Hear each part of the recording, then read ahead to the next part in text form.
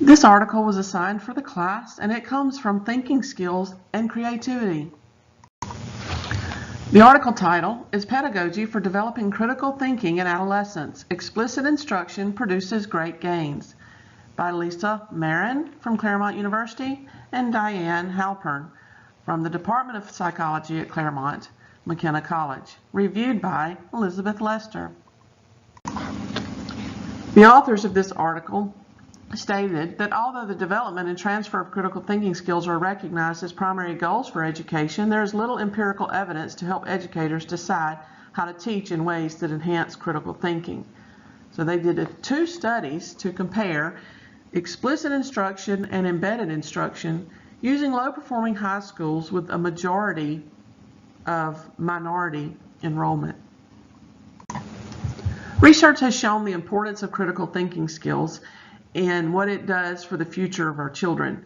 It prepares them for whatever's next in life, whether it be the next level of education, a trade job, or vocational school, or just in their career in general, in order to get through the world that we live in today. There are two ways to instruct or teach critical thinking skills, and that's what this study is looking at. One is the embedded instruction, which they work it into whatever they're doing in class, and the students aren't necessarily aware of learning critical thinking skills.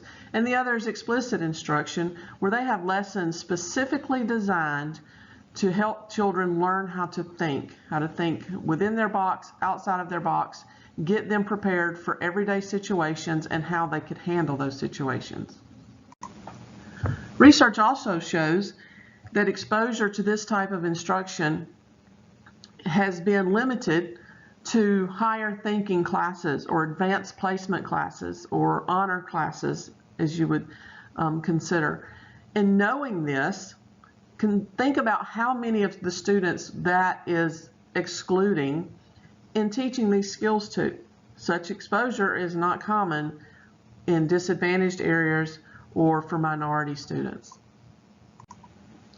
The study that the authors did was a two-part study, but both compare implicit and explicit methods of teaching critical thinking skills and the effects of those methods and how they're going to work to show us where we need to go and what direction we need to head in. And it's going to answer if students can transfer those skills into real life and everyday situations. So if you see here, you'll understand what the questions are that the authors are trying to answer in their study and why in fact they were doing the study. The first being, why do we need to study critical thinking in high school students? Most research that has been done on this topic has been aimed at high school students or older, given the fact that adolescence and young adulthood are recognized by brain researchers as optimal for the development of higher order cognitive processes. Where are we currently with critical thinking instruction in public schools? What are we doing right now? What's going on in the classrooms that will help us understand better how to do this? And what are the societal influences concerning critical thinking?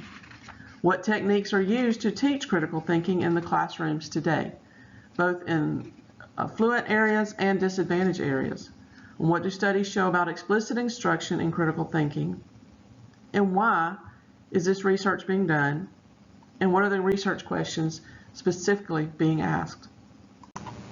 The first question is, why do we need to do the study of critical thinking? Well, in the United States, our high schools are in a state of crisis. Our students feel as though they are unprepared for the next phase of their life, regardless of what that may be, whether it's a trade school, higher education of another sort, or just for their everyday life or the jobs that they choose to work in. The dropout rate amongst lower performing schools and minority students is extremely high because they kind of feel like they are left to the side or left behind if they are not involved in the AP courses or the honor courses or things such as that. And they did, the National Governors Association actually did a 10,000 student survey, and 40% of those graduates did not feel prepared for what came after high school. So why is critical thinking so important at the high school level? Well, your main goal in high school is to get them prepared for what comes next in their future, whatever that may be. But what happens is with all the testing that's forced upon our students, the teachers are not finding time to embed this type of instruction or to explicitly teach this type of instruction because they're so focused on the test and test scores and what needs to be done there. And if you look at the curriculum of most states, it seriously shortchanges essential skills and things that students will need in order to succeed in their future. Also, Schwartz in 2003 summarized 3 key principles of critical thinking instruction, reflecting the need for both implicit and explicit strategies. 1, the more explicit the teaching of thinking is, the greater impact it will have on students. When they are involved in everyday specific instruction on critical thinking, they do show improvement. Also, the more classroom instruction incorporates an atmosphere of thoughtfulness, the more open students will be to valuing good thinking. And last, the more the teaching of thinking is integrated into content instruction, the more students will think about what they are learning. So when you look at the influences of society and why this study is so important, because critical thinking skills are needed for everyday life. Anything that could come up throughout the day, you are forced to be making decisions about what's right, what's wrong, what's good, what's bad, the relationships you have with friends or others, ethical choices that need to be made, and political choices that need to be made in order for our democratic society to work as it should. There's so much information on the internet that people have to be able to decipher between what to believe and what not to believe, what to accept and what to reject. Many students do not graduate, or if they do not go on to higher level education, and they are, to date, unprepared with these critical thinking skills to live in their everyday life. When looking at the teaching methods of critical thinking skills, you have 2 philosophies regarding how they should be taught. Best practices would incorporate both philosophies in order to reach optimum success. One, as I stated earlier, is the embedded approach. No direct instruction in language or exercise. It's just woven into your everyday lessons or instruction. 2 is your explicit instruction, teaching specific thinking skills, bringing in everyday situations and things that could happen to them and forcing them to think through and learn how to handle those situations. Despite knowing that every child needs this, teachers have in the past focused more on your higher level students. Again, those AP courses, honor classes, things such as that. And that's where we're losing so many students, is by we're not reaching the disadvantaged students or the minority students or those students who do not take higher level learning classes. Throughout the research that's been done on higher order thinking, they have found that 2 facts are clear. You can teach this to both high level and low achieving students, and they can all benefit from explicit instruction and repeated practice. It engages students in the activity or the situation that you are actually teaching and practicing. It requires deliberate practice. You can't just imply that it happened. It requires you to talk through it and practice those skills. And it provides you more of an opportunity to transfer the knowledge. So when explicit instruction is in play, you are specifically designing the content of your lesson towards making them talk through their higher order thinking and the situations that come up. So the research questions of this study and what the authors were trying to answer coincided with their hypothesis of the skills of critical thought can be learned, practiced, and transferred via explicit instruction. They believed that although both types of instructions would show gain, that explicit instruction would be more effective among high school students. They also asked themselves if it was appropriate to use the Halpern critical thinking assessment. With this assessment, they used examples with open-ended response and then asked for a reason behind the response that was given. And they also wanted to know if it measured the distinction between correlation and cause. In their words, in an effort to better understand critical thinking among high school students, We also investigated correlations between academic covariates and critical thinking scores. We expected to find positive relationships between higher level coursework and critical thinking scores. So looking at study 1, they did a random assignment with voluntary participation. So they took volunteers who were willing to go through the study, and they had 3 groups. One group participated in a web-based workshop that provided the explicit instruction on critical thinking, gave them certain scenarios and situations that they had to think through and involve themselves in. The second group received instruction in basic principles of cognition and development via an introduction to psychology workshop in which critical thinking skills were embedded. So they weren't specifically taught certain scenarios or certain situations. It was embedded in this psychology workshop, and they weren't real active in practicing everyday situations. The waitlist group that they used went through all the preliminary tests, the pre-test, but as you can imagine, they didn't do anything with the group or give them a web-based workshop or the psychology. They just gave them the pre-test and post-test. The measurement in this study was from a baseline score of critical thinking that all participants took using the Halpern critical thinking assessment. So that was their pre-test within the study. Students who completed learning sessions took the Halpern critical thinking assessment a second time as a post-test. Participants also took a self-report questionnaire which designed to assess conscientiousness and individuals' inclinations toward critical thought. The participants also took a comprehensive ability battery that measured verbal, numerical, and spatial skills. So those are the tests that were taken throughout the study to measure progress. Demographic information retrieved from school records. Because this was a voluntary study, they were able to get parental consent. Therefore, they were able to gain the demographic information, such as gender, ethnicity, language spoken at home, GPA, course level in English, science, and math, and scores from the exit exam in those subjects, as well as California standardized tests in English and math. Again, they were able to get this information from the school because it was a voluntary study and they had parental consent. The study was done at a mid-sized comprehensive high school in Southern California. Their enrollment was 3,500 and they were classified as a low-income school. Their API was 620 in 2005, amongst the lowest in the state. 58% of the students classified as low income and 51% of those students received free or reduced lunch.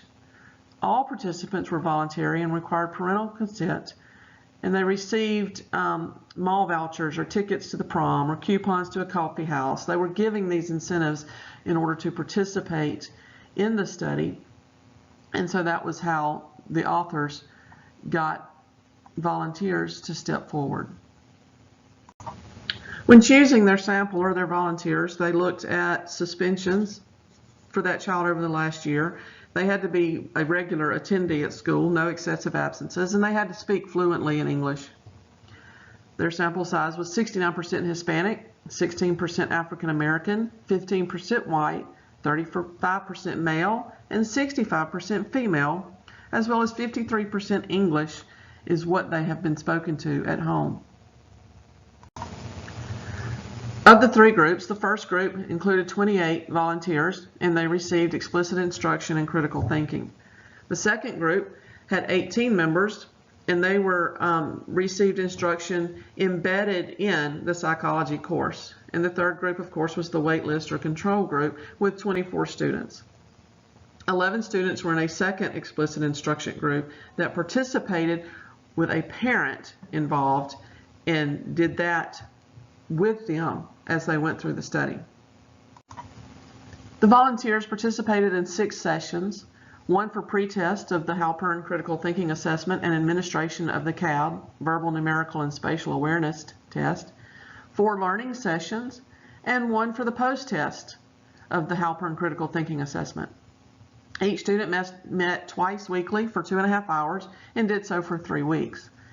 The web-based workshop included topics of interest such as video gaming, music videos, sports, dieting, legal scenarios, things that they would have to consider as everyday situations and that could come up in their future. The embedded instruction was a 4-session course in selected topics of psychology. Again, no practice in explicit instruction or day-to-day scenarios, but it was embedded in the psychology course that they were exposed to.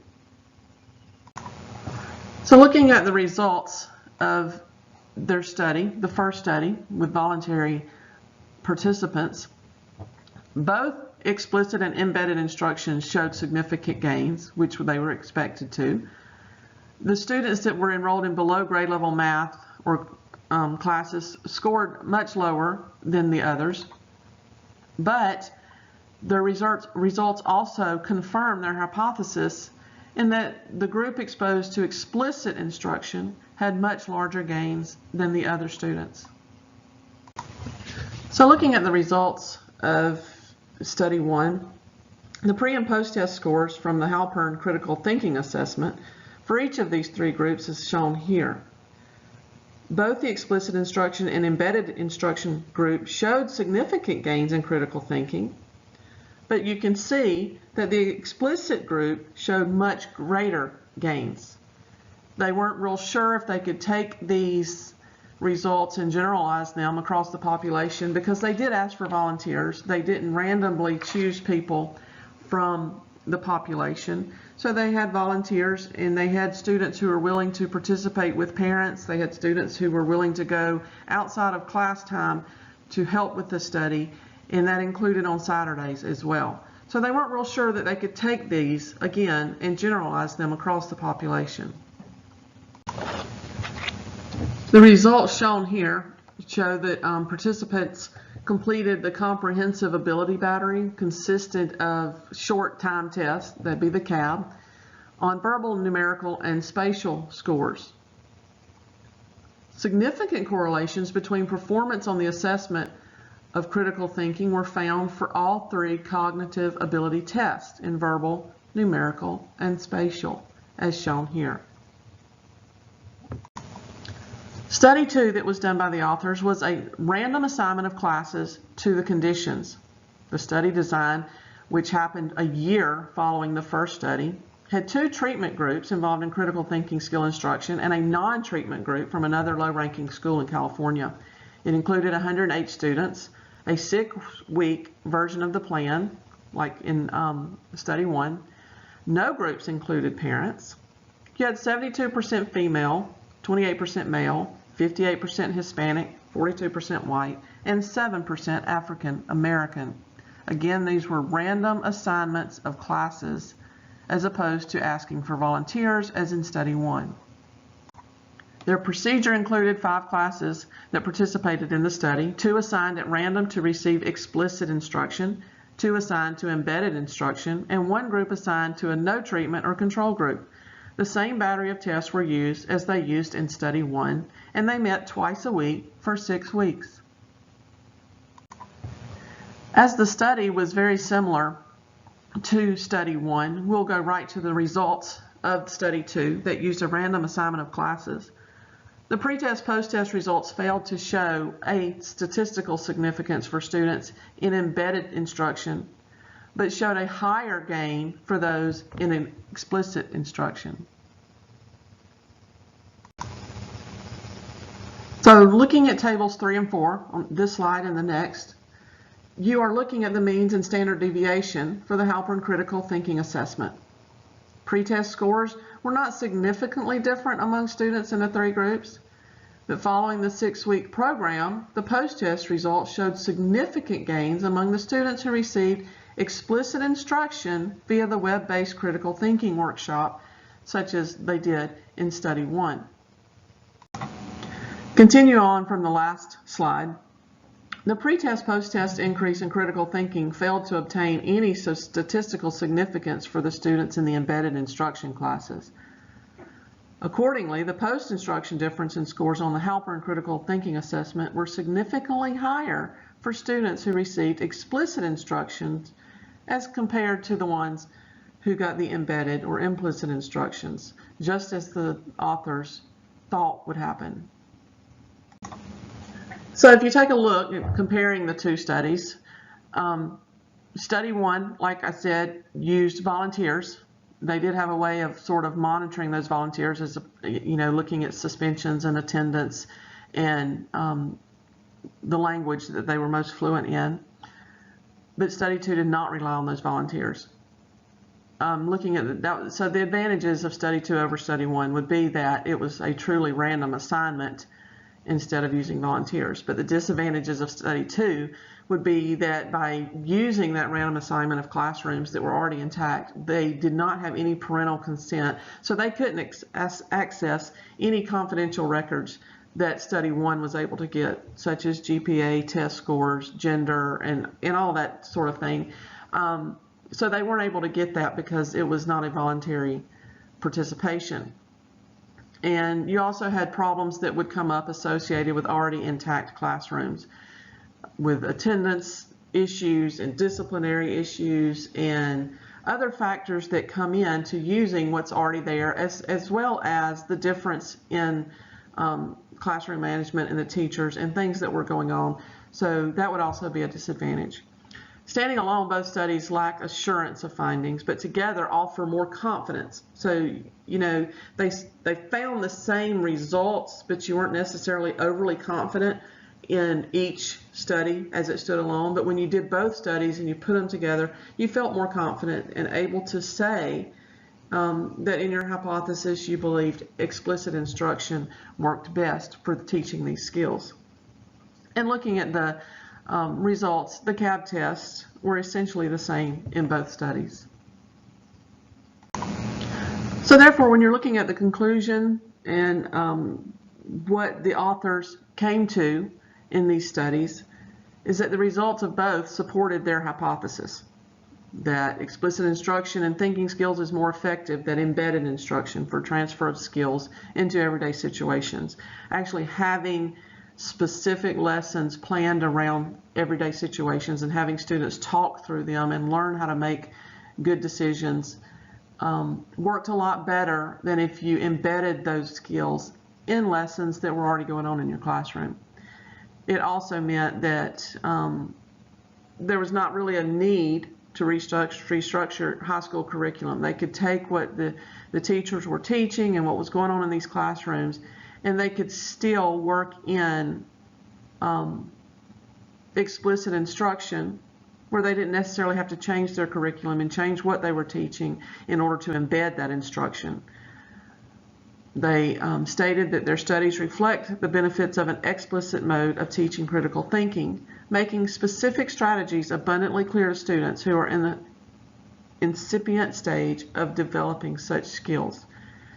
Again, these studies are very beneficial and needed, as critical thinking skills are so very important to get these students prepared for everyday life and what lays ahead, whether it's higher learning, education, college, trade school, or just everyday life in the jobs that they choose for themselves.